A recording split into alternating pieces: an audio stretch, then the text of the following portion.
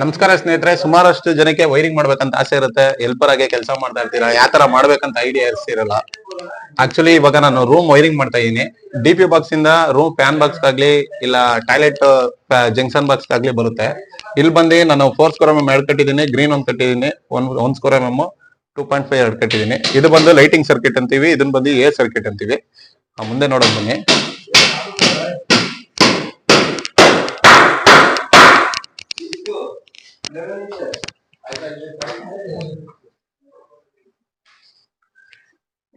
Already junction box ಬಂದಿದೆ.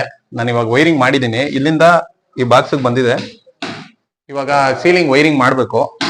ನೀವು ನೋಡ್ತಾ ಇರ್ಬೋದು, ಫಾಲ್ ಸೀಲಿಂಗ್ ಇದೆ. ಫಾಲ್ ಸೀಲಿಂಗ್ ಇಂದ ಮಾಡ್ಕೋಬೇಕು. ಯಾವಾಗ್ಲೇ ಆಗ್ಲಿ ಸ್ಪ್ರಿಂಗ್ ನ ಯಾವ ತರ ಹಾಕ್ಬೇಕು ಮತ್ತೆ ಯಾವ ತರ ಚೆಕ್ ಮಾಡ್ಕೊಂಡು ವೈರಿಂಗ್ ಮಾಡ್ಬೇಕು ಅನ್ನೋದ ಇವಾಗ ನಮ್ಮ ಹುಡುಗನ್ಗೆ ಟ್ರಯಲ್ ತೋರಿಸ್ತೀನಿ. ಯಾವ ತರ ಮಾಡ್ಬೇಕು ಅನ್ನೋದು ನೋಡಿ. ಸ್ಪ್ರಿಂಗ್ ಮೇನ್ ಯಾವ ತರ ಹಾಕ್ಬೇಕು ಅಂದ್ರೆ ಬರಲಿ. ಸುಮಾರಷ್ಟು ಜನ ಏನ್ ಮಾಡ್ತೀರಾ, ಸ್ಪ್ರಿಂಗ್ ಹಾಕ್ಬೇಕಾದ್ರೆ ಹಿಂಗಿರೋದ್ನ ಹಿಂಗೆ ಹಿಂಗೆ ಎಲ್ಲ ಹಾಕ್ತೀರಾ. ಆತರ ಎಲ್ಲ ಏನಿಲ್ಲ. ಎಡಗೈಯಲ್ಲಿ ಸ್ಪ್ರಿಂಗ್ ಇಟ್ಕೊಳ್ಳಿ, ಬಲಗೈಯಲ್ಲಿ ಹಿಂಗ್ ಕಳ್ತಾ ಹೋಗಿ ಸ್ಪ್ರಿಂಗ್ ಆರಾಮಾಗಿ ಹೋಗುತ್ತೆ. ಇವಾಗ ನಮ್ಮ ಹುಡುಗನ್ ಒಂದ್ಸರಿ ಟ್ರಯಲ್ ತೋರಿಸ್ತೀನಿ, ಅವ್ನು ಹಾಕ್ತಾನೆ ನೋಡಿ.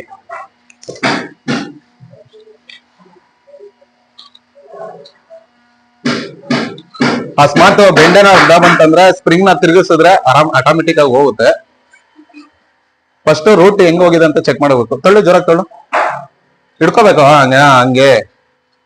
ಈ ತರ ಮಾಡೋದ್ರಿಂದ ಆರಾಮಾಗಿ ವೈರಿಂಗ್ ಕಲಿಬಹುದು. ಹಾಗಾಗಿ ವಿಡಿಯೋ ಮಾಡ್ಬೇಕಂತ ಮಾಡಿದೀನಿ. ಈ ವಿಡಿಯೋ ಇಷ್ಟ ಆಗಿದ್ರೆ ಲೈಕ್ ಮಾಡಿ, ಶೇರ್ ಮಾಡಿ, ಕಮೆಂಟ್ ಮಾಡಿ, ಮರಿದಿರ ಫಾಲೋ ಮಾಡಿ. ಜೈ ಎಲೆಕ್ಟ್ರಿಕಲ್.